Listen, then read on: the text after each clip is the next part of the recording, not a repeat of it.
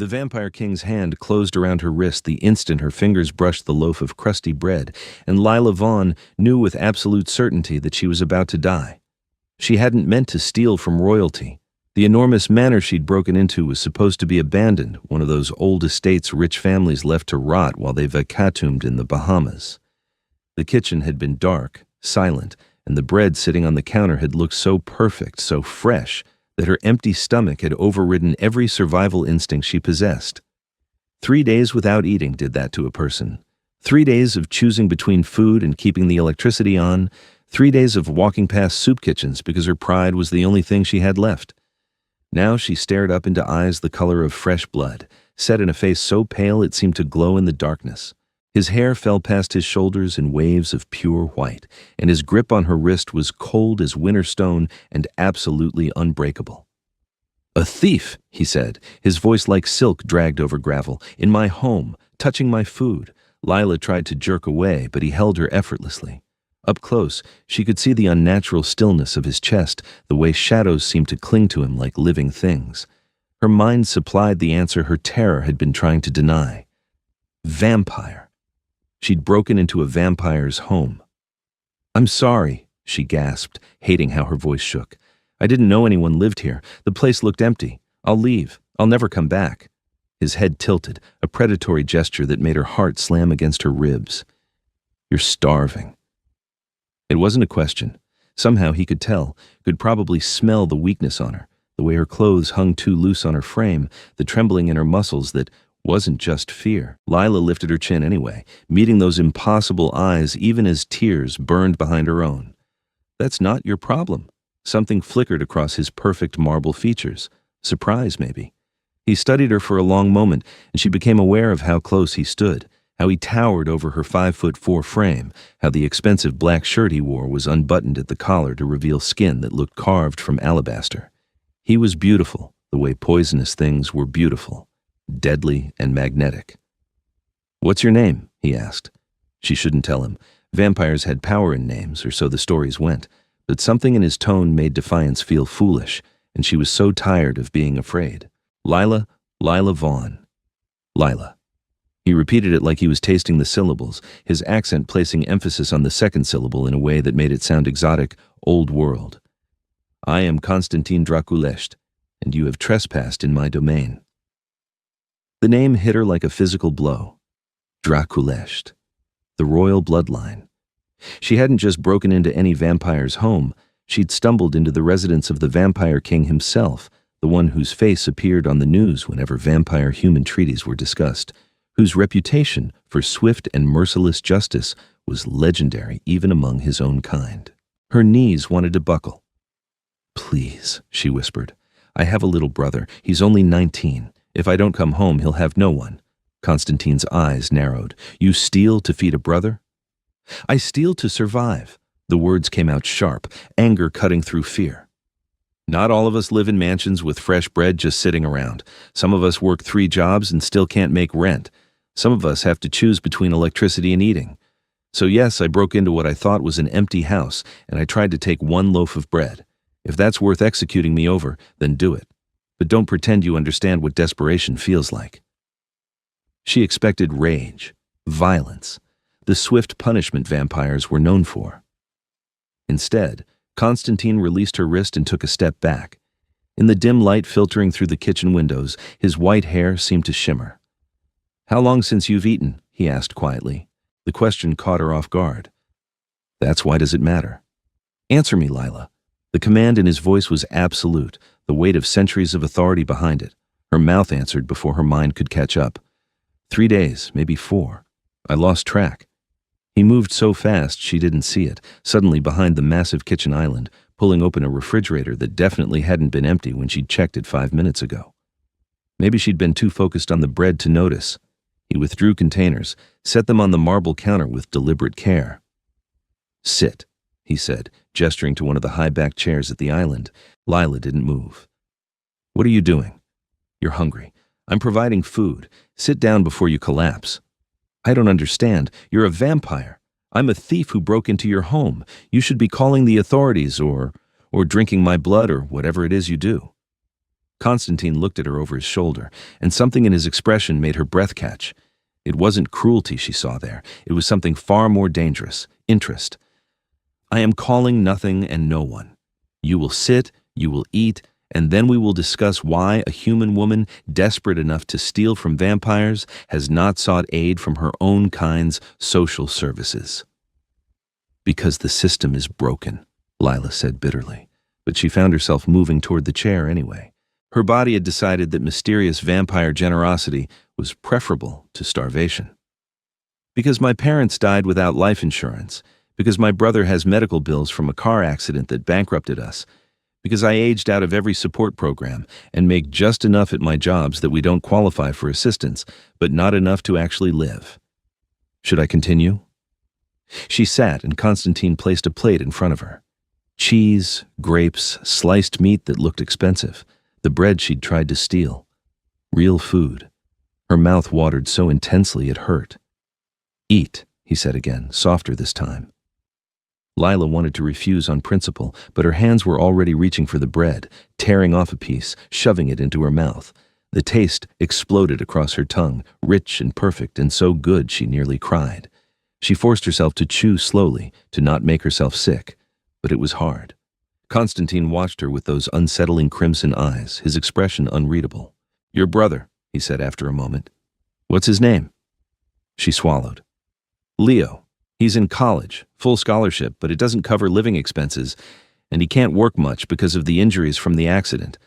I'm trying to keep things together until he graduates and can get a real job. I just need to make it 2 more years. 2 years of starving yourself? If that's what it takes. Constantine moved around the island with that inhuman grace, leaning against the counter across from her. He crossed his arms, the gesture drawing her attention to the lean strength in his frame. Everything about him screamed power held in check, danger wrapped in civility. You have courage, he said. Foolish courage, but courage nonetheless. Most humans who encounter vampires beg or grovel. You argued with me. Would begging have helped? No. His mouth curved slightly, not quite a smile, but it would have been expected. You surprised me, Lila Vaughn. That is not an easy thing to do after 9 centuries of existence. 900 years old. The number should have terrified her. Instead, she found herself curious despite everything. She took another bite of bread, let it ground her before she spoke again. Why are you being kind to me? This doesn't make sense. Perhaps I'm intrigued. Perhaps I dislike waste, and killing you would be a waste of potential. Perhaps I simply choose to exercise mercy this evening. He paused, his gaze intensifying. Or perhaps I see something in you that calls to instincts I thought long buried. The air between them suddenly felt charged, electric. Lila's heart started racing again, but not entirely from fear this time. There was something in the way he looked at her, something possessive and protective and utterly focused, that made heat curl in her stomach. She put down the bread, suddenly too aware of how she must look. Disheveled, wearing clothes she'd thrifted 3 years ago, her dark hair probably a mess from climbing through his window. I should go, she said, though she didn't move. Thank you for the food. I'm sorry I tried to steal from you. You're not going anywhere tonight. Her eyes snapped to his. Excuse me. Constantine pushed off the counter, and she tracked his movement like prey watching a predator circle. But he only walked to the window, pulling back the heavy curtain to reveal darkness outside. It's past midnight. The streets between here and wherever you live are not safe for a human woman alone, especially not one who smells of my territory. Smells of... What are you talking about? You were in my home. My scent is on you now. Any vampire who crosses your path will know you trespassed in the king's domain. Some will see that as provocation. Some will see it as opportunity to challenge my authority by harming what touched my possessions. He turned back to her, and his eyes held a promise that made her shiver. You will stay here tonight. I will arrange a car to take you home in the morning. This is not negotiable. You can't just kidnap me. I'm protecting you from consequences you don't understand. Would you prefer I throw you out and let you discover those consequences firsthand?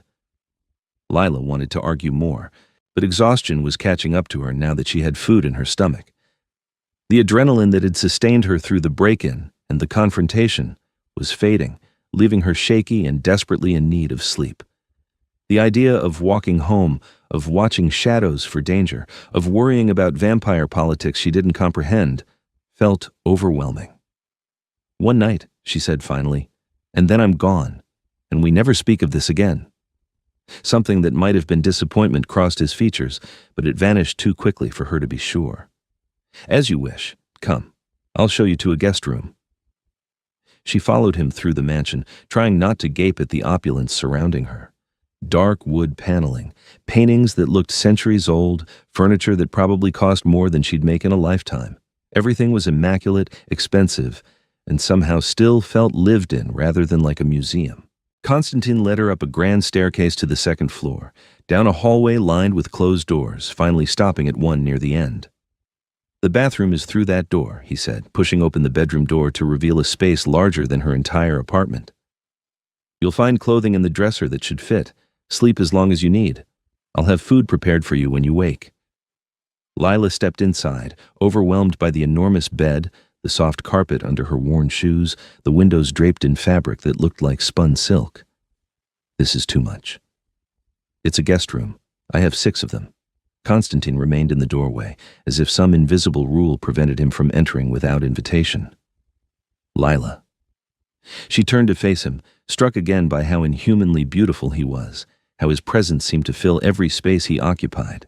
"Thank you," she said softly. "I don't understand why you're doing this, but thank you." His expression shifted into something almost gentle. "Sleep well. You're safe here. I give you my word on that, and vampires do not break our vows." Then he was gone, the door closing softly behind him, leaving Lila alone in luxury she'd never imagined experiencing. She stood frozen for a long moment before her survival instincts kicked in. She checked that the door locked from the inside, then investigated the bathroom and nearly wept at the sight of the enormous bathtub and shower. When had she last had a proper hot shower? Her apartment building's water heater had been broken for weeks. She didn't let herself think about it too hard. She just stripped off her clothes, turned the water as hot as she could stand, and stepped under the spray. The heat unknotted muscles she hadn't realized were tensed, and she stood there until the water started to cool, washing away days of grime and fear and exhaustion. The soap smelled expensive, like sandalwood and something darker. Like Constantine, she realized, and pushed that thought away quickly. The clothes in the dresser were women's clothes in approximately her size, which raised questions she was too tired to examine. She pulled on soft sleep pants and a shirt that felt like silk, crawled into the bed, and expected to lie awake worrying about vampire kings and impossible situations. Instead, she was asleep in seconds, her body finally surrendering to the safety it felt. She woke to sunlight streaming through gaps in the curtains and the smell of coffee. For a moment, she didn't remember where she was, her mind supplying her usual wake-up routine of alarm clocks and panic about being late. Then, memory crashed back, and she sat up so fast her head spun. Vampire mansion. Constantine. Breaking in. The food. All of it real. She scrambled out of bed, heading for the window, and pulled back the curtain to see morning sun painting the grounds below in gold. The mansion sat on what looked like acres of private land, gardens manicured to perfection, a high wall surrounding everything. No wonder she'd thought it abandoned. The place was invisible from the road, hidden behind gates and glamour spells that probably made humans' eyes slide right past it. A knock on the door made her jump. "Miss Vaughn?" A woman's voice, human by the warmth in its tone. "May I come in?" Lila checked that she was decent, then unlocked the door. A woman in her 50s stood in the hallway, carrying a tray laden with food. Her smile was kind, her eyes curious but not judgmental. "Good morning. I'm Margaret, the house manager.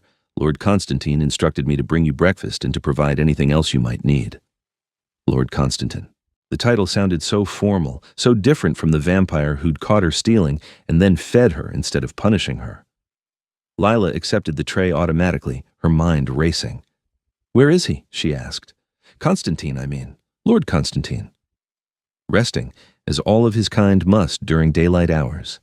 He left instructions that you were to be given breakfast and transportation home whenever you're ready. Though he also mentioned hoping you might stay long enough to speak with him this evening, if you're willing." The smart thing would be to leave immediately, to take the escape offered and never look back. But Lila found herself hesitating, curiosity warring with self-preservation. What could a vampire king possibly want to discuss with her? "I'll think about it," she said finally. "Thank you for the breakfast." Margaret's smile widened. "He said you'd say that. Take your time, dear. The car will be ready whenever you are." She left, and Lila carried the tray to the small table by the window. More food than she could possibly eat. Fresh fruit, eggs cooked perfectly, toast and jam, coffee that smelled like heaven. She ate slowly this time, savoring every bite, trying to remember the last time she'd had a breakfast that wasn't gas station coffee and whatever had been on sale. Her phone buzzed in her pocket. She'd somehow managed not to lose it during the chaos of last night, and she pulled it out to see 3 texts from Leo. "Where are you?" "Lila, you're freaking me out. Answer your phone. If you don't text me back in an hour, I'm calling the police." Guilt hit her hard. She'd been so focused on her own survival that she'd forgotten to check in, and Leo worried. He'd lost their parents too, had spent months in physical therapy learning to walk again after the accident that should have killed him. She typed quickly. "I'm fine. Sorry.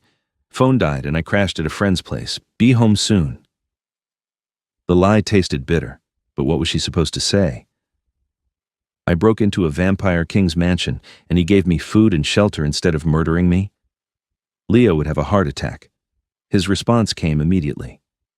"You don't have friends. Who is he?" Despite everything, Lila smiled. Her brother knew her too well. "Not like that. I'll explain later. Promise I'm okay." She finished eating, then forced herself to get up and get moving. The bathroom had everything she needed to make herself presentable, and someone had even left her clothes from yesterday clean and folded on the dresser. The efficiency was almost scary. She dressed quickly, trying not to think about invisible servants moving through the house while she slept, then made her way downstairs. Margaret appeared as if summoned. "Ready to go home?" "Actually," Lila heard herself say, "I think I'll wait to speak with him, if that's still all right." The older woman's expression turned knowing. "I had a feeling. Come, I'll show you the library. It's a lovely place to spend the day, and there's lunch whenever you'd like it." The library was massive, 2 stories of books lining the walls, comfortable chairs scattered throughout, windows that overlooked the gardens. Lila lost herself in the space, running her fingers along spines that ranged from ancient leather-bound tomes to modern paperbacks.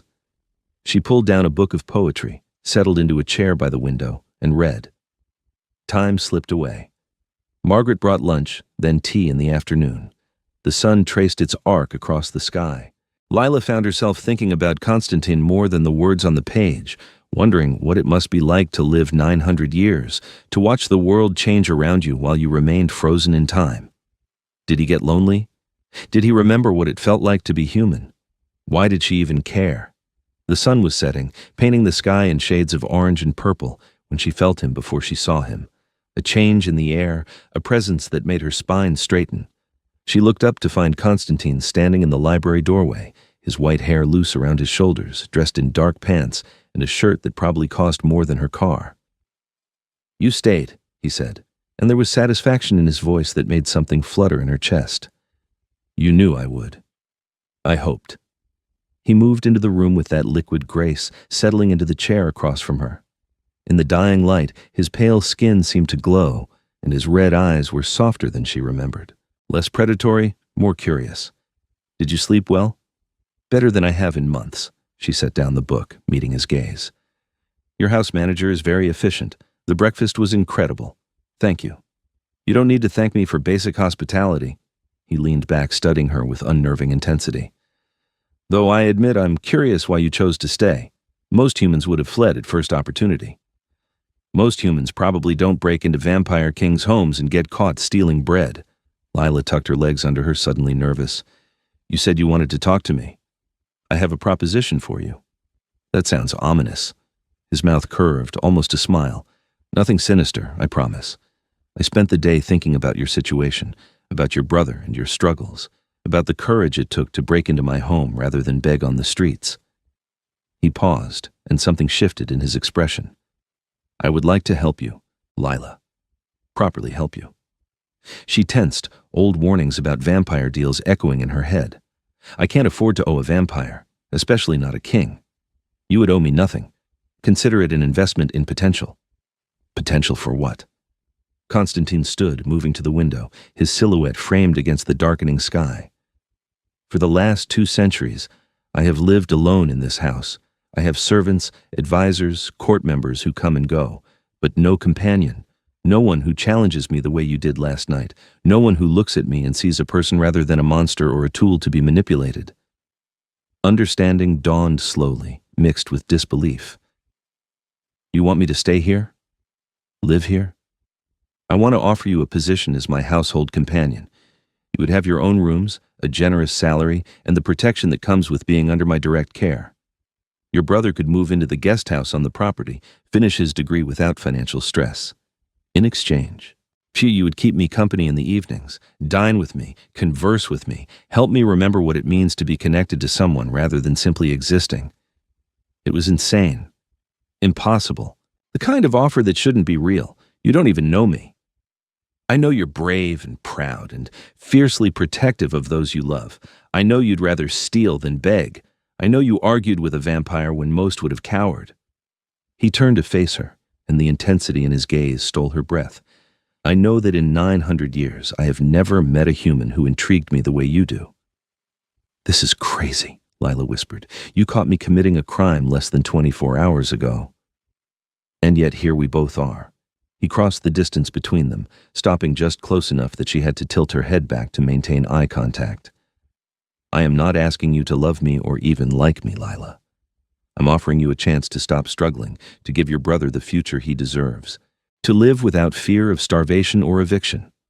All I ask in return is your company and your honesty. Nothing more. Why? The question came out hoarse. Why does a vampire king care about one broke human girl?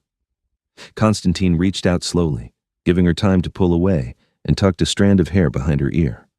His fingers were cool but not unpleasant. Because in 9 centuries, I've learned to recognize when fate put something precious in my path. Because the moment you looked at me with fire in your eyes instead of fear, something in me woke up that I thought had died long ago. His hand fell away, and he stepped back. But the choice is yours.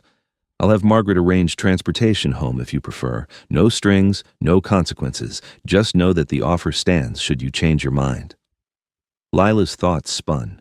Every practical part of her brain screamed that this was too good to be true, that vampire generosity always came with hidden costs. But she thought about Leo, about the stress carved into his face whenever he looked at their bills. She thought about 3 more years of starving herself, of working herself to exhaustion, of hoping nothing went wrong because they had no safety net. She thought about the way Constantine looked at her, like she mattered, like she was something valuable rather than just another burden. If I agree, she said slowly, I need guarantees, real ones, legal protections that you can't just drain me or turn me into some mindless thrall. I need to be able to leave if I want, and Leo gets to choose whether he moves here or not. I won't force him. All of that can be arranged. Constantine's expression was serious, formal. Vampire contracts are binding magic. I would be physically incapable of violating the terms once we both agree.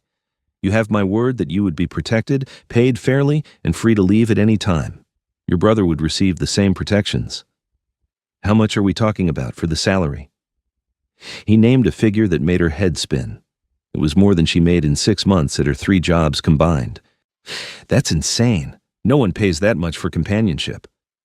No one else is 900 years old and desperate enough for genuine connection that they're willing to negotiate with a thief. His tone was dry, almost amused. Take the evening to think about it. Stay tonight as my guest again. Tomorrow morning, give me your answer. It was a fair offer, more than fair, but as Lila looked up at the Vampire King, at the hope carefully hidden behind his regal mask, she realized she'd already made her decision. Life had taught her to grab opportunity when it appeared, because it rarely knocked twice. I don't need the night, she said. I'll do it. I'll stay. The transformation in Constantine's face was subtle but unmistakable. Relief, satisfaction, something that looked dangerously close to joy. You're certain? I'm terrified, and this might be the worst decision of my life. But yes, I'm certain. She stood, squaring her shoulders. When do we start? Now, if you're willing. I'll have contracts drawn up tonight, and we can review them together. Then we'll discuss bringing your brother into this arrangement. He offered his hand, formal and old-fashioned. Welcome to my home, Lila Vaughn. She took his hand, his cool fingers closing around hers, and felt the strange certainty that her life had just changed in ways she couldn't possibly predict. Over the next week, Lila discovered that living with a vampire king was nothing like she'd expected. The contract Constantine provided was remarkably straightforward, reviewed by a human lawyer she'd chosen herself at his insistence. Everything he'd promised was laid out in legally binding terms, along with protections she hadn't even thought to ask for. She'd signed with shaking hands while Margaret and 2 other witnesses watched, and just like that, she became the official companion to Lord Constantine Draculesht. Telling Leo had been harder. Her brother had shown up at the mansion the day after she'd agreed, suspicious and defensive, ready to fight vampires with his bare hands if necessary. Constantine had handled it perfectly, giving Leo space and respect, explaining the arrangement without pressuring, making it clear that Lila's choice was her own. "This feels like a fairy tale," Leo had said, standing in the guest house that would be his if he agreed. Or a trap. "It feels like a chance," Lila had countered. "When has anything good ever just fallen into our laps? Maybe this one time we get to be lucky." Leo had looked between her and Constantine, who'd waited at a careful distance, then sighed. "If anything happens to her, I don't care how old or powerful you are. I'll find a way to hurt you." "If anything happens to her, you'll have to wait in line behind me," Constantine had replied calmly. "I protect what's mine." The possessiveness in his tone had sent shivers down Lila's spine, but Leo had nodded, apparently satisfied. He'd moved in 3 days later, and the relief on his face when he'd dropped his guard for the first time in years had made every risk worth it. Now, Lila settled into a routine that felt surreal. Her days were her own. She explored the mansion, read in the library, helped Margaret with household tasks because sitting idle felt wrong. Constantine slept during daylight hours in chambers beneath the house that she hadn't seen, protected from the sun that would burn him to ash. But when evening came, he emerged, and they would share dinner, him nursing a glass of dark wine that she suspected wasn't entirely wine, while she ate meals prepared by a chef she rarely saw. Their conversations started cautiously, both of them dancing around topics that felt too personal. But Constantine was surprisingly easy to talk to once she got past his regal bearing. He asked about her childhood, her parents, her hopes before poverty had crushed them.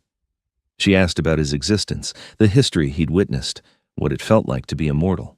"Lonely," he'd said one night, swirling his wine glass thoughtfully. "Immortality sounds romantic until you've watched everyone you care about grow old and die. Eventually, you stop getting close to mortals. The pain of loss becomes too great." "But you're getting close to me," Lila had pointed out. His red eyes had fixed on her with unnerving focus. "Yes, which should terrify me, but instead it feels like remembering how to breathe." Moments like that happened more frequently as days turned into weeks, touches that lingered a fraction too long when he handed her books, the way he positioned himself between her and any potential threat, even imagined ones, how his gaze followed her when he thought she wasn't looking, hungry and protective and possessive all at once. Lila told herself it was just the arrangement. He'd been alone too long, and she represented novelty, but her own feelings were harder to deny.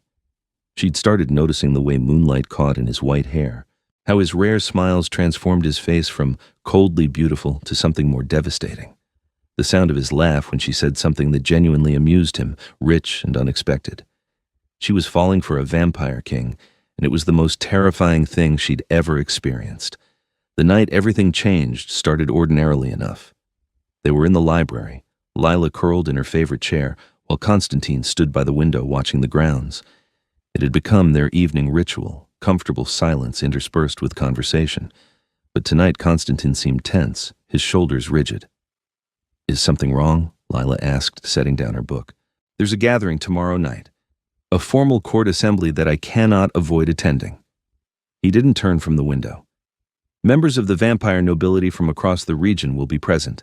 It's political theater mostly, but necessary for maintaining alliances." "Okay. What does that have to do with me?" "I would like you to accompany me." The request surprised her. In the month she'd been living at the mansion, Constantine had kept her separate from vampire politics entirely. She'd met no one beyond the household staff, all of whom were human. The idea of being thrown into a room full of ancient vampires made her heart race with anxiety. "Why?" she asked carefully.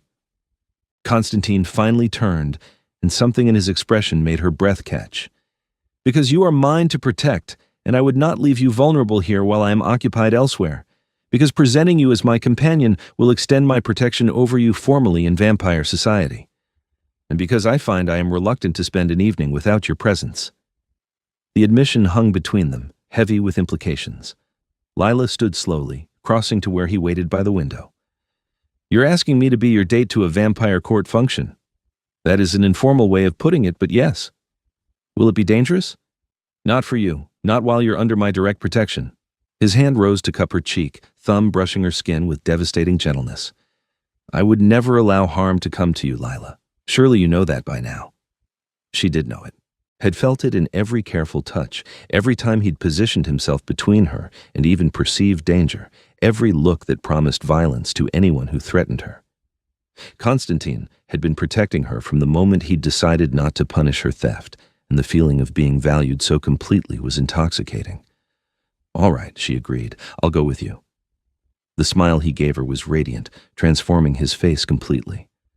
"Margaret will help you prepare. Formal dress, unfortunately. Vampire court clings to old traditions." The next evening, Lila stared at her reflection and barely recognized herself. The gown Margaret had produced was deep burgundy, the color of dark wine, with a fitted bodice and flowing skirt that pooled around her feet.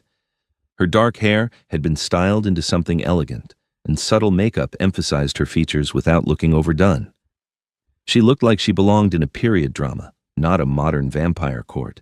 "You're stunning, dear," Margaret said warmly, adjusting the final pin in Lila's hair. "Lord Constantine won't be able to take his eyes off you." "I'm terrified," Lila admitted. "What if I do something wrong? What if I offend someone important?" "Just stay close to him and let him handle the politics. Your job is simply to be yourself. That's what he values." A knock at the door made them both turn. Constantine entered, and Lila's mouth went dry. He wore formal attire that looked like it belonged to another century, dark, tailored, elegant in a way modern clothes couldn't match. His white hair was pulled back, emphasizing the sharp beauty of his features, and his red eyes blazed as they swept over her. "You look breathtaking," he said, his voice rough with an emotion she couldn't name. "You clean up pretty well yourself," she managed, aiming for levity to cover her nervousness. He crossed to her, moving with that predatory grace, and withdrew a velvet box from his pocket. "I have something for you, a gift and a symbol." Inside the box lay a necklace, a deep red stone surrounded by intricate silver work. It looked antique, valuable, and when he lifted it from the box, she could see the stone seemed to glow with internal light. "It's beautiful," she breathed. "It's spelled," Constantine said as he moved behind her, fastening it around her neck. His cool fingers brushed her skin, sending shivers down her spine. "Any vampire who sees it will know you are under my protection, my claimed companion. It will keep you safe even if we're separated." The word "claimed" should have bothered her. Instead, it sent heat pooling in her stomach. She met his gaze in the mirror, saw the possessive hunger there, and felt her own desire rise to match it. "Thank you," she whispered. His hands settled on her shoulders, and for a moment they just looked at each other in the reflection. Then Constantine stepped back, offering his arm with old-world courtesy. "Shall we?" The court assembly was held in a mansion that made Constantine's home look modest. The ballroom blazed with light from crystal chandeliers, and everywhere Lila looked she saw vampires. They were easy to identify: pale skin, elegant features, that otherworldly stillness that marked them as predators. But they wore their beauty like weapons, every movement calculated, every glance a potential threat. Constantine kept her close to his side, his hand at her lower back as he navigated the political waters with practiced ease. Vampires approached to pay respects, their eyes sliding over Lila with varying degrees of curiosity and disdain. She felt exposed, examined, judged by creatures old enough to have forgotten more history than she'd ever learned. "Lord Constantine?" A female vampire purred, approaching with another figure at her side. She was stunning, dark-haired with sharp features and eyes like amber. "How delightful to see you. And you've brought a pet." The contempt in her tone made Lila's spine stiffen, but Constantine's hand pressed warningly against her back. "Lady Seraphine," he said coolly, "may I introduce Lila Vaughn, my companion? Lila, this is Seraphine Nightshade, head of the Eastern Territories." "Companion," Seraphine repeated, her gaze raking over Lila dismissively. "How quaint. I didn't realize you developed a taste for charity cases, my lord." Careful, Constantine said, and the temperature in the room seemed to drop. You're speaking of someone under my direct protection. I'd hate for you to forget yourself. The threat was barely veiled. Seraphine's expression tightened, but she inclined her head. Of course. My apologies. She drifted away, and Lila released a breath she hadn't realized she was holding. She's lovely. She's a snake who's been trying to undermine my authority for decades. Ignore her. Constantine's hand slid around her waist, pulling her closer. You're doing wonderfully. The evening wore on, a blur of introductions and careful political dances.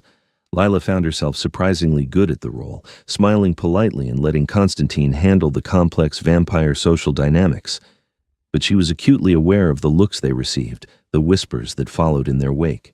Some vampires regarded her with curiosity, others with open hostility. A few looked at her like she was prey, and those were the ones that made Constantine's grip tighten possessively. They were standing at the edge of the ballroom, Constantine speaking with an older vampire about territory boundaries, when Lila noticed Seraphine watching them from across the room. There was calculation in her amber eyes, something that set off warning bells in Lila's mind. Constantine, she said quietly, interrupting the conversation. That vampire from earlier, she's staring at us. He followed her gaze and his expression hardened. Excuse me, he said to his conversation partner, then steered Lila toward a quieter corner. What did you notice? The way she's looking at you. At us. It feels wrong. Lila shook her head, frustrated. I don't know how to explain it. Your instincts are good. Seraphine has been positioning herself to challenge my rule for years. Bringing you here was calculated on my part, showing that I'm not isolated, that I value connections even with humans. It undermines her narrative that I'm disconnected from the modern world. His hand came up to cup her face, thumb stroking her cheekbone. But it also makes you a potential target. I won't let anything happen to you, Lila. I swear it. I trust you, she said, and meant it. Somewhere along the way, the vampire king she'd feared had become someone she relied on, someone she cared about deeply. Constantine's eyes darkened, and he leaned closer. You shouldn't. I'm a dangerous creature, Lila. I have lived for centuries by being ruthless and calculating. But with you, I find myself wanting to be something better, something worthy of that trust. You already are, she whispered. The space between them crackled with tension. Constantine's gaze dropped to her mouth, and Lila's heart hammered. She wanted him to kiss her, had been wanting it for weeks, and the desire was written clearly enough on her face that he couldn't miss it. Lila, he breathed, and it sounded like a prayer and a warning all at once. Your Majesty. A new vampire appeared, bowing deeply. Forgive the interruption, but there's a matter requiring your immediate attention in the council chamber. Constantine's jaw tightened with frustration, but he stepped back. I'll return as quickly as possible, he told Lila. Stay here. Don't leave this spot. The protections are strongest in this part of the room. I'll be fine, she assured him. He looked like he wanted to argue, but the waiting vampire cleared his throat pointedly. With visible reluctance, Constantine followed the messenger toward a side door, glancing back at Lila twice before disappearing through it. She stood alone in the corner, suddenly very aware that she was the only human in a room full of predators. The necklace Constantine had given her felt warm against her skin, a reminder of his protection, but it didn't stop her nerves from jangling. She counted seconds, willing him to return quickly. All alone? Seraphine's voice came from behind her, smooth as silk and just as dangerous. Lila turned carefully, keeping her expression neutral, just waiting for Constantine. Ah, yes, the king. Seraphine circled her slowly, a predator evaluating prey. Tell me, little human, what is it you think you're doing here? Do you truly believe a creature like him could care for something as fragile and temporary as you? That's between Constantine and me. Is it? Seraphine moved closer, and Lila fought the urge to back away. Or is it the concern of every vampire in this room who watches our king make a fool of himself over mortal flesh? You're a distraction, a weakness, and weaknesses get exploited. Are you threatening me? Lila asked, lifting her chin, because Constantine made it pretty clear that would be a bad idea. I'm educating you. Seraphine's smile was all teeth. You're going to break, little human, either by dying the way your kind does, quickly and pathetically, or by getting hurt in the political games you don't understand. Either way, Constantine will suffer for his attachment to you, And when he's weakened by grief, those of us who actually understand power will step in. Ice ran down Lila's spine. You're planning a coup. I'm planning for the inevitable.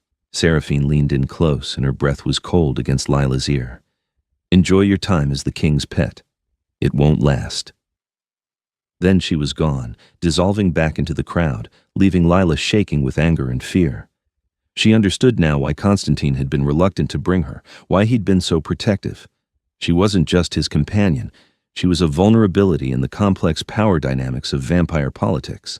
Constantine returned minutes later, his expression thunderous. That was a setup, a waste of time meant to separate us. His eyes swept over her, checking for damage. Did something happen? Lila hesitated, then decided he deserved the truth. Seraphine approached me. She made it clear that she sees me as a weakness to exploit.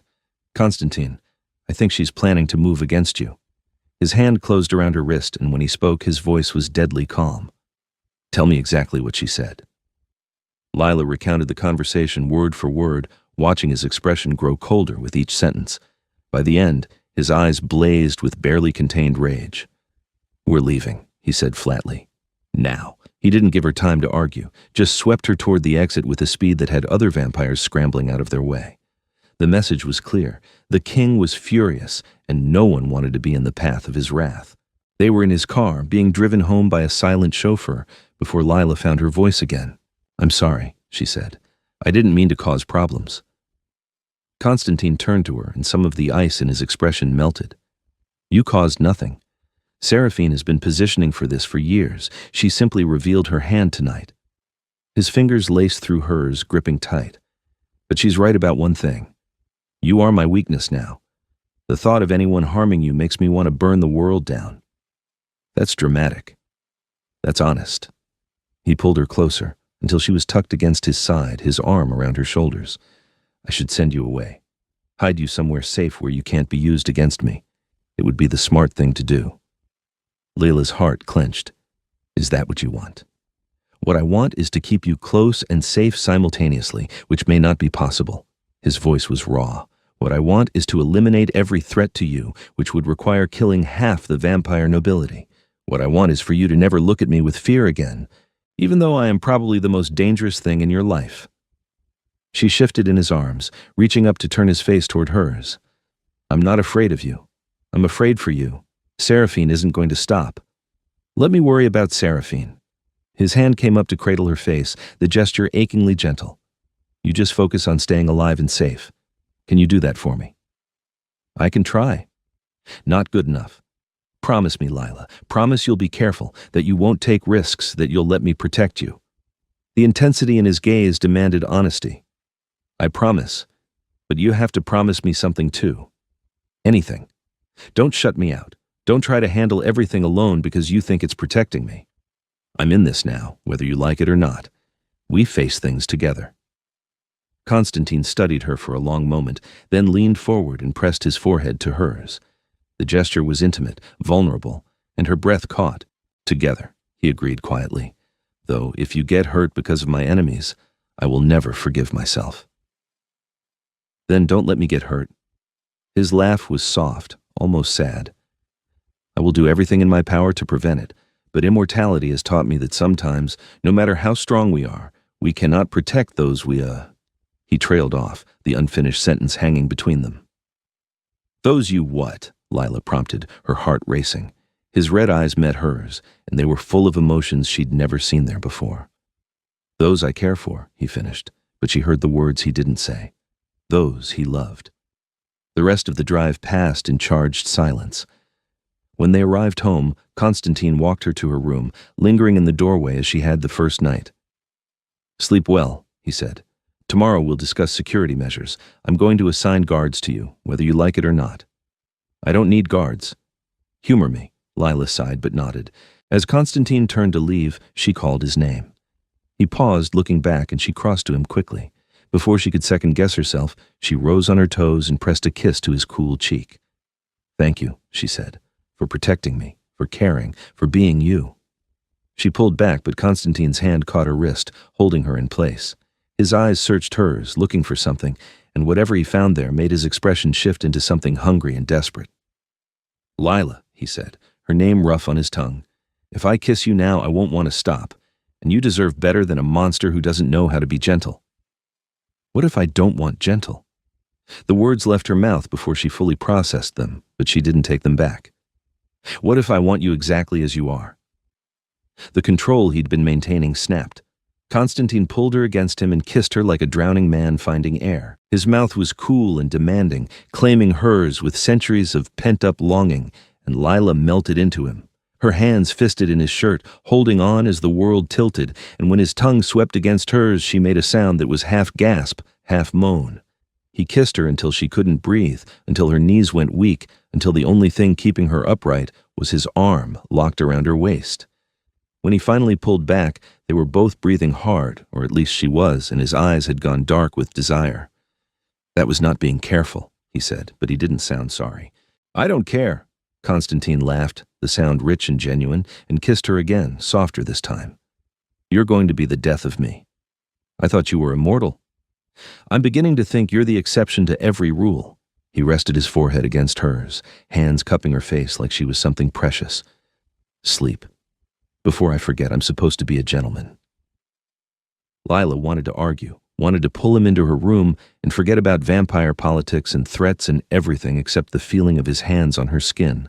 But his eyes held a plea, and she recognized he was holding on to control by a thread. Tomorrow, she said. We'll talk tomorrow. Tomorrow, he agreed. About many things. He kissed her once more, quick and sweet, then disappeared down the hallway with inhuman speed, as if staying near her a moment longer would break his resolve. Lila touched her lips, still tingling from his kiss, and smiled despite everything. She was falling in love with a vampire king, and he was falling right back. Tomorrow they'd deal with threats in politics and reality. Tonight, she'd let herself float on the happiness of being wanted by someone who'd lived 900 years and still looked at her like she was the most precious thing he'd ever encountered. The next morning, Lila woke to find her small pantry and her suite absolutely overflowing with food. She stared in disbelief at the shelves packed with bread, fresh fruit, cheeses, chocolates, and more varieties of snacks than she could name. A note in elegant script sat on the counter. So you never have to steal again. So you know you're provided for. So you understand that what's mine is yours. Now and always. Ko.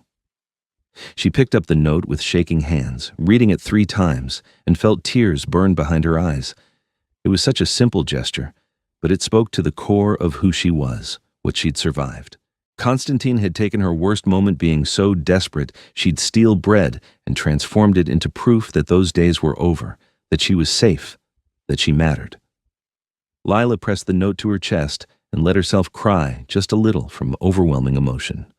Then she cleaned her face, got dressed, and went to find the vampire who'd somehow become everything to her without either of them planning it.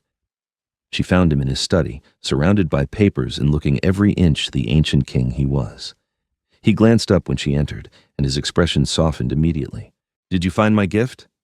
The pantry looks like you robbed a grocery store. She crossed to his desk, emotions too big for her chest. It's perfect. Thank you. You're welcome. He set down the papers he'd been reviewing.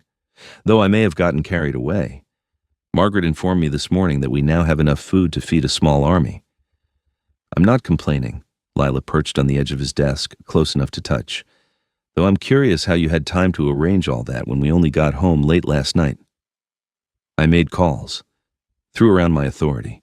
Had very efficient people execute my orders immediately. His hand found her knee, a casual touch that sent warmth through her. I wanted you to wake up knowing you're cared for. Mission accomplished. She covered his hand with hers. Now tell me what we're dealing with. Seraphine and her plans. Constantine sighed, his thumb rubbing circles on her leg. She's been building alliances for decades, positioning herself as a modern alternative to my traditional rule. Bringing you to court last night was meant to show I'm not as isolated as she claims, but it also painted a target on your back. I have people investigating the extent of her network, but it's delicate work. What can I do to help? Stay safe. Let me handle the vampire politics. We agreed not to shut each other out, Lila reminded him. I'm not asking to fight battles, but I can be useful. I see things from a human perspective. Use that. He studied her, clearly torn between protection and pragmatism. You're right. Your observations last night were valuable. You noticed Seraphine's attention before I did. He pulled her off the desk and into his lap, settling her comfortably against him. But you have to promise that if things get dangerous, you'll listen when I tell you to run or hide. I promise. She relaxed into his embrace, marveling at how natural it felt. What's our next move?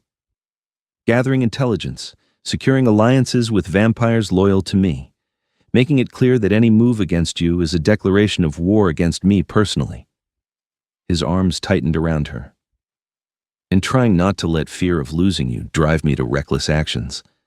Lila turned in his arms until she could see his face. You're not going to lose me. You can't promise that. You're human, fragile, mortal. Then we'll make the most of the time we have. Isn't that what life is? Making moments matter because they don't last forever? Constantine looked at her like she'd said something profound, his red eyes intense. How did someone so young become so wise? Poverty and trauma, very educational. She tried for levity, but his expression remained serious. I don't want to waste our time together, he said quietly. I don't want to spend our days afraid when I could spend them loving you. The words hung between them, raw and honest. Lila's breath caught. Say that again, she whispered. I love you. Constantine said it like a confession, like a vow. I have lived 900 years and I have never felt for anyone what I feel for you. You are sunlight in my eternal night. You are proof that even monsters can find grace, and I love you with everything I have left in this cold, dead heart. Tears spilled down Lila's cheeks. I love you too. I know it's fast, I know it's crazy, but I do. I love you, Constantine. He kissed her then, deep and claiming, and she kissed him back with equal fervor. When they broke apart, both breathing hard, his eyes held promises of forever, even if forever was impossible. We'll figure this out, Lila said firmly. Seraphine, vampire politics, all of it. We'll face it together and we'll win. Your optimism is infectious. Your brooding needed some balance. He laughed and the sound was beautiful. They spent the rest of the morning tangled together in his study, planning and kissing in equal measure, building a strategy that played to both their strengths. Over the next few weeks, they worked to consolidate Constantine's position.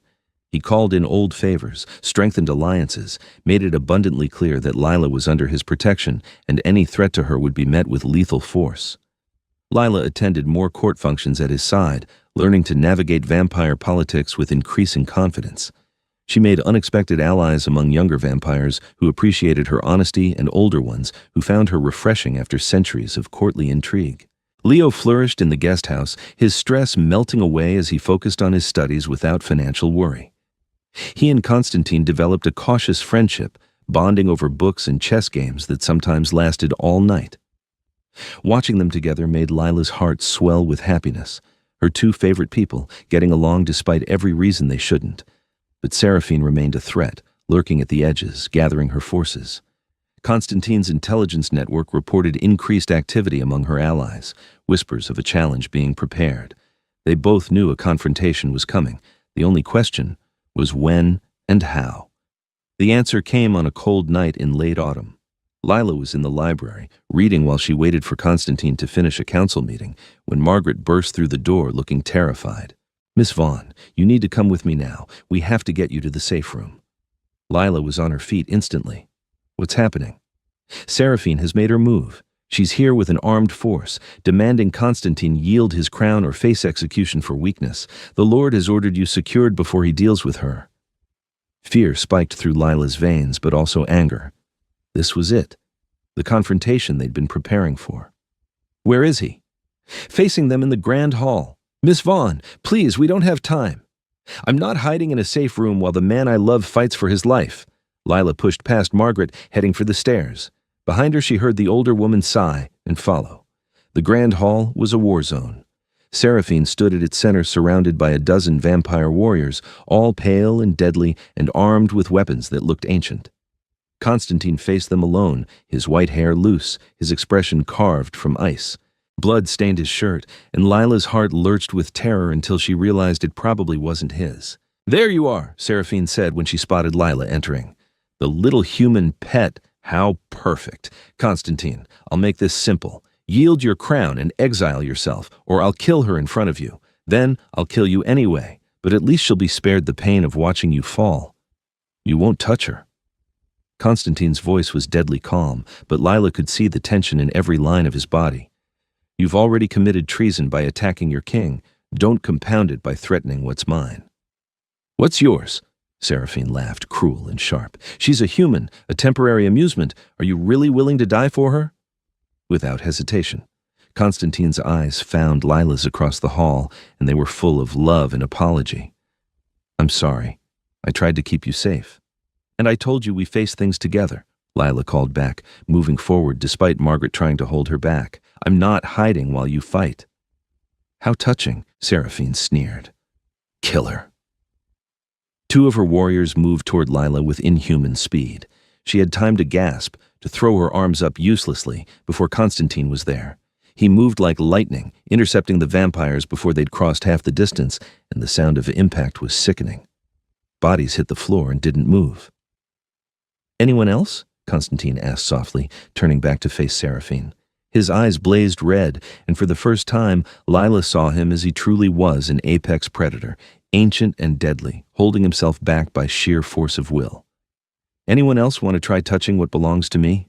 The remaining warriors shifted uneasily. Seraphine's smile faltered. "You can't fight all of us," she said, but doubt crept into her voice. "Watch me." What happened next was too fast for Lila to follow. Constantine moved like violence given form, a blur of white hair and lethal grace. Vampires fell around him, their confidence no match for his age and power. Within seconds, Seraphine stood alone, her warriors either dead or fleeing, and Constantine stalked toward her with murder in his eyes. "You made a critical error," he said, his voice carrying through the hall. "You assumed my feelings for Lila made me weak. But they make me something far more dangerous. They give me something to protect, something worth any cost, any violence." He stopped in front of Seraphine, and even from across the hall, Lila could feel the power radiating from him. "You threatened her. You tried to take from me the one thing that makes immortality bearable. For that, there is no mercy." "Please," Seraphine whispered, and she looked small suddenly, afraid. "I yield. I'll leave your territories. You'll never see me again." Constantine considered her for a long moment. Then he turned to Lila. "What do you think, my love? Should I show mercy to someone who wanted you dead?" Every vampire in the hall, the servants who'd gathered, the few of Constantine's people who'd arrived as backup stared at Lila, the human woman being asked to pass judgment on vampire nobility. It was unprecedented, a statement of her value and Constantine's trust. Lila walked forward slowly, stopping beside Constantine. She looked at Seraphine, at the fear in her amber eyes, and thought about all the political maneuvering, the threats, the danger this vampire represented. "Exile her," Lila said finally. "Strip her of titles and territory, but let her live. Show the others that you're strong enough to grant mercy even when it's not deserved. Be better than she gave you credit for." Constantine's hand found hers, squeezing gently. "As you wish." He turned back to Seraphine. "You heard her. You have 24 hours to leave my territories. If you ever return, if you ever threaten what's mine again, I will end you without hesitation. Go." Seraphine fled, and the remaining vampires bowed to Constantine, and then, surprisingly, to Lila. Acknowledgement of her position, her power through him. When the hall finally cleared, leaving just the two of them among the bodies and destruction, Constantine pulled Lila into his arms. "You should have stayed hidden," he said into her hair. "And miss you being all-powerful and protective? Not a chance." He pulled back to look at her, his hands framing her face. "I could have lost you. When they moved toward you, his voice broke. "I cannot lose you, Lila. I won't survive it." "You didn't lose me. I'm right here."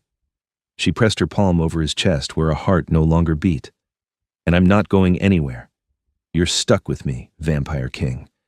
For as long as this mortal life lasts." "Not long enough," he whispered. "It will never be long enough." The pain in his voice made her ache. "Then we make every day count. We love each other as hard as we can for as long as we can. And when my time comes, you remember that I chose this. I chose you. And I would do it again." Constantine kissed her desperately, like he could pour all his love and fear and hope into the press of his lips. Lila kissed him back with equal intensity, trying to make him understand that some things were worth any cost, even the inevitable pain of mortality. When they finally broke apart, he rested his forehead against hers. "Marry me." The words shocked through her. "What?" "Marry me. Human ceremony, vampire vows, I don't care. I want you bound to me in every way possible. I want the world to know you're mine and I'm yours." His eyes burned into hers. "I know it's fast. I know you deserve more time to decide, but I've lived 9 centuries, and I've never been more certain of anything.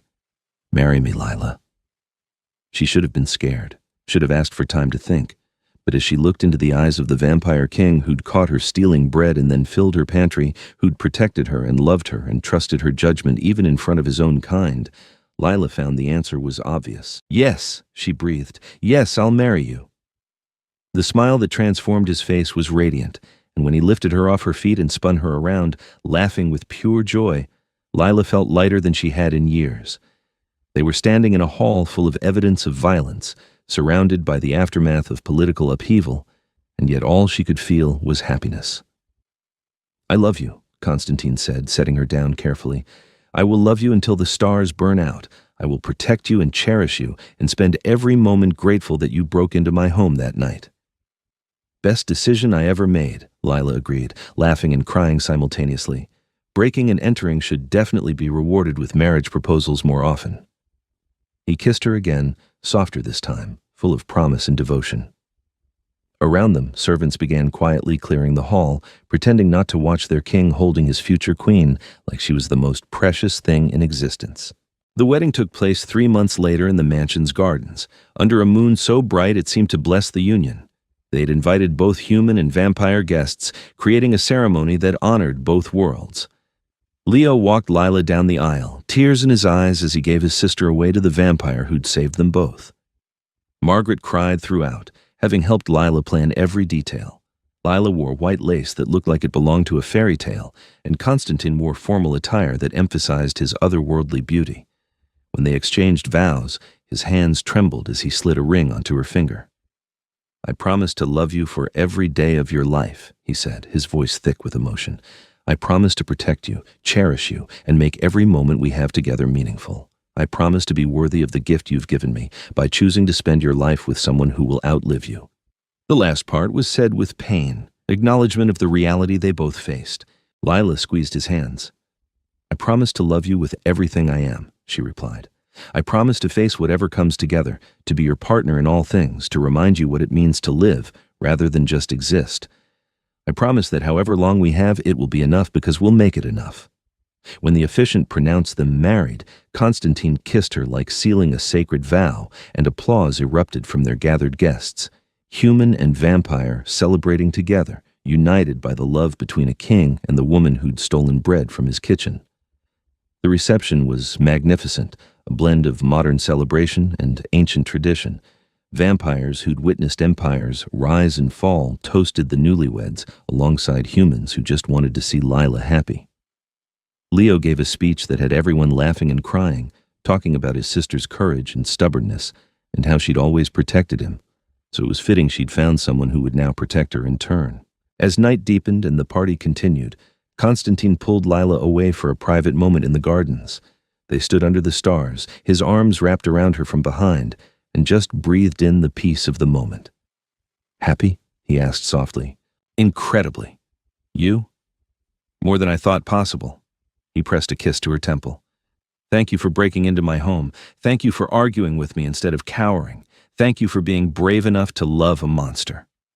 "You're not a monster. You're my husband." Lila turned in his arms, reaching up to touch his face.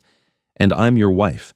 We're a family now. You, me, Leo, everyone in this mansion who's become part of our lives. We built something beautiful from what started as desperation and theft." Constantine captured her hand, pressing a kiss to her palm. "I spent centuries thinking I understood what it meant to be alive. Then you showed me I'd only been surviving. You taught me to live again, Lila. That's a gift beyond price. So we're even then. You saved me from starvation and poverty. I saved you from loneliness and isolation. Fair trade. The best trade I've ever made." They kissed under the stars, husband and wife, human and vampire, 2 beings from different worlds who'd found each other against all odds. Inside, the party continued. Tomorrow they'd have to deal with vampire politics and the complex reality of their situation. But tonight was theirs, perfect and complete. Years passed, and they were good years. Lila thrived as Constantine's queen, not just in title, but in practice. She became a bridge between human and vampire worlds, using her unique position to advocate for better understanding between the races. Constantine's rule strengthened with her at his side, her humanity tempering his ancient power with compassion, while his protection allowed her influence to grow. Leo graduated with honors, eventually taking a position in the mansion, helping manage relations between vampire nobility and human governments.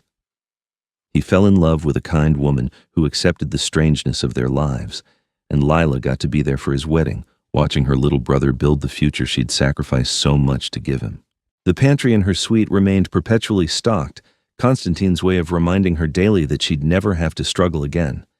She teased him about being obsessive, but she understood the gesture for what it was, proof that he remembered where she came from, what she'd endured, and his determination to ensure she never suffered that way again. As Lila approached her 30th birthday, the reality of their situation became harder to ignore. She was aging, slowly but inevitably, while Constantine remained frozen in immortal beauty.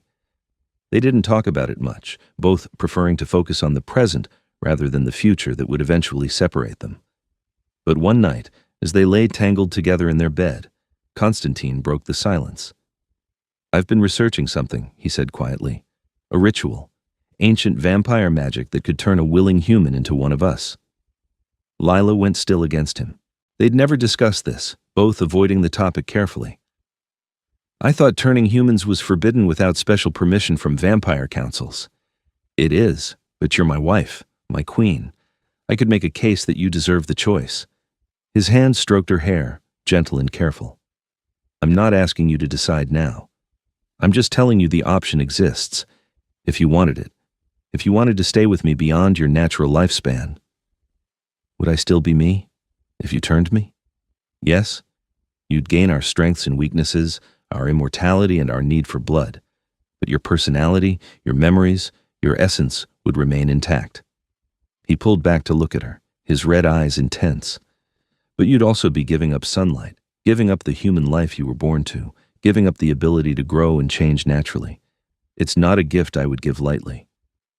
Lila absorbed this, thinking hard. The idea of immortality had never appealed to her before. It seemed unnatural, wrong. But the thought of leaving Constantine, of forcing him to watch her age and die, of missing out on centuries they could have together, that hurt worse. "Can I think about it?" she asked. "Take all the time you need. I'll love you regardless of what you choose. Human or vampire, mortal or immortal, you're mine and I'm yours. That doesn't change." She kissed him, pouring gratitude and love into the gesture. "Thank you for giving me the choice, for not pushing. Your autonomy matters to me.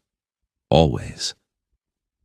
Over the next year, Lila wrestled with the decision. She researched vampire transformation, talked to vampires who'd been turned from human, weighed the costs and benefits. She watched Constantine carefully, seeing the pain he tried to hide when he noticed new lines on her face or silver threads in her hair. She thought about all the life she could live as a human versus the eternity she could have with the man she loved. In the end, it was surprisingly simple. She didn't want to leave him, didn't want their story to end prematurely when they could have forever.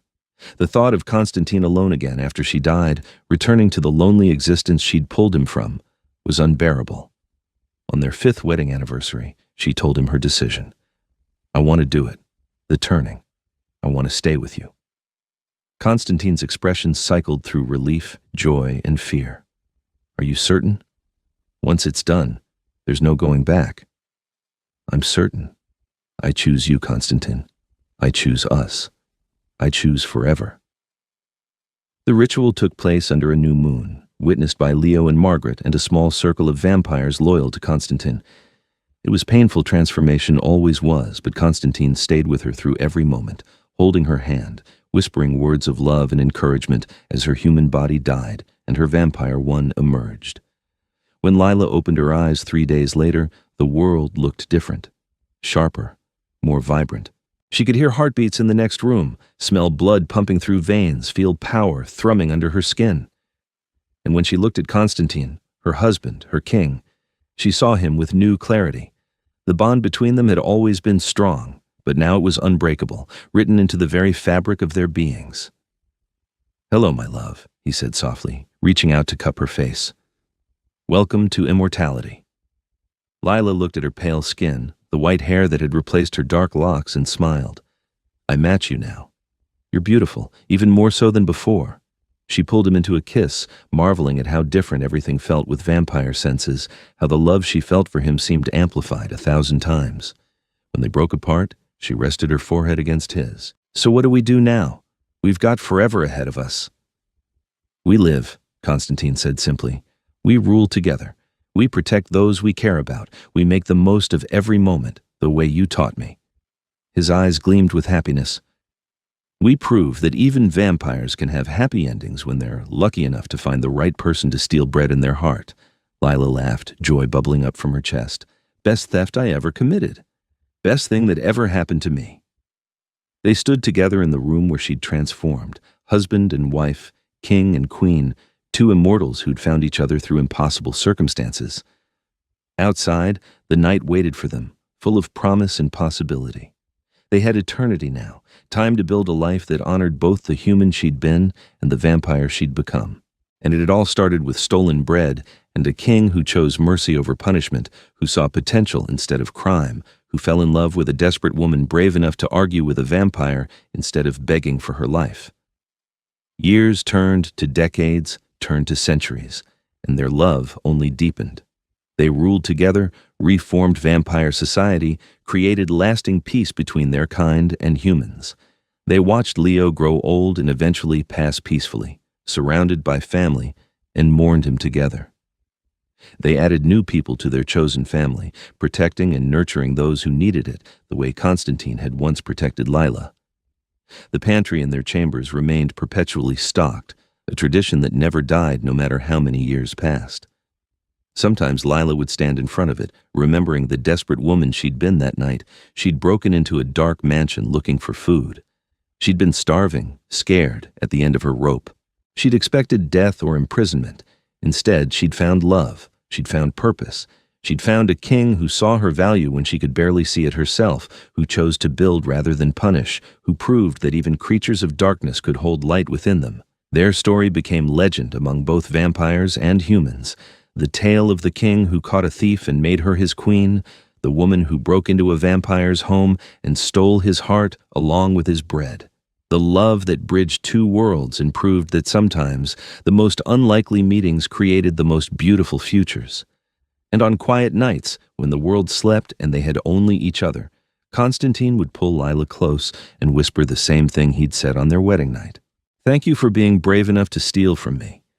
And she would smile and reply, "Thank you for being generous enough to fill my pantry instead of throwing me out."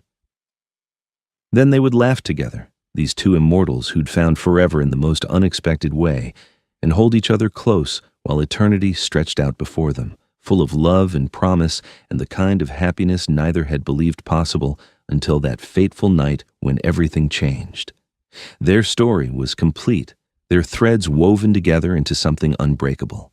They'd faced danger, overcome obstacles, chose each other again and again, and they would continue choosing each other for all the centuries to come, proving that true love wasn't about how you met or how long you'd known each other, but about recognizing your other half when fate finally brought them into your life, even if they arrived as a thief in your kitchen, desperately stealing bread to survive. From that desperation had bloomed everything beautiful in both their lives. From that single moment of mercy had grown a love that would last forever, and neither of them would change a single moment of their journey because every step had led them exactly where they belonged together for eternity, happy and whole and home.